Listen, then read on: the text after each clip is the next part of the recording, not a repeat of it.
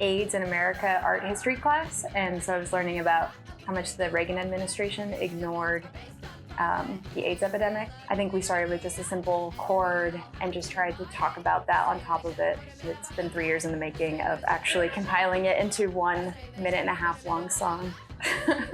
A lot of what this song is talking about, so we got the nuclear family, we've got this sort of picture perfect suburban American dream apple pie idea or whatever about American life, and there's a certain obliviousness and there's a certain feeling of safety that comes with that because you're sort of like going with the herd. I don't know, it's interesting because I feel like that's maybe kind of breaking up now, which is really good. It's like we're having to realize that a lot of people have never really been safe in this country. The younger us and like even younger generations, and I'm sure other people are starting to really question those things, and I think it's really important that we notice like the things that we've been like culturally, societally brainwashed into believing and starting to be like, wait, why do we think that that's what we're supposed to do? Mm-hmm. Why do we like hold on to these things that really, like you said, aren't in our best interests at all?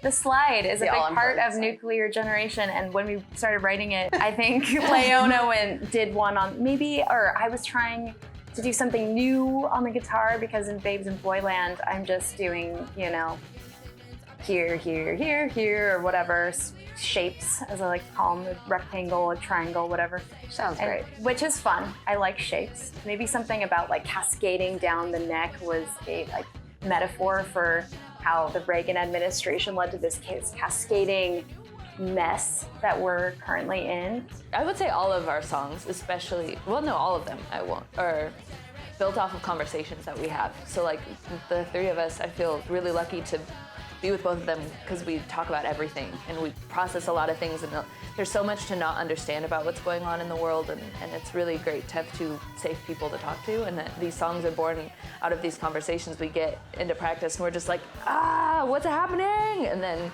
we slowly find a way.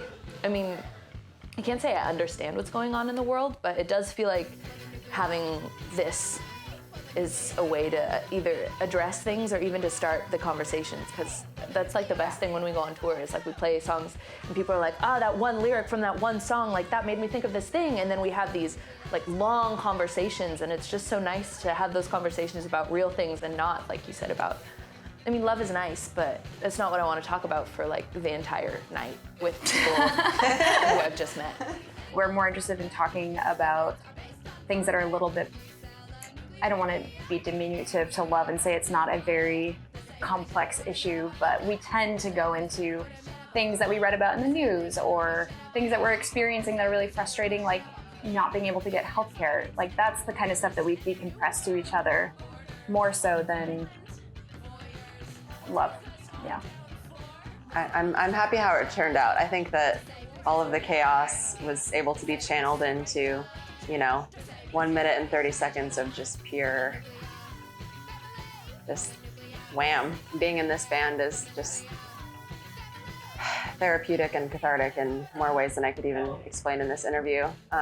But being able to all discuss these things and share these ideas and feelings with each other about what's happening in our lives and in the world at large is super meaningful for myself, and I think I can speak for the three of us.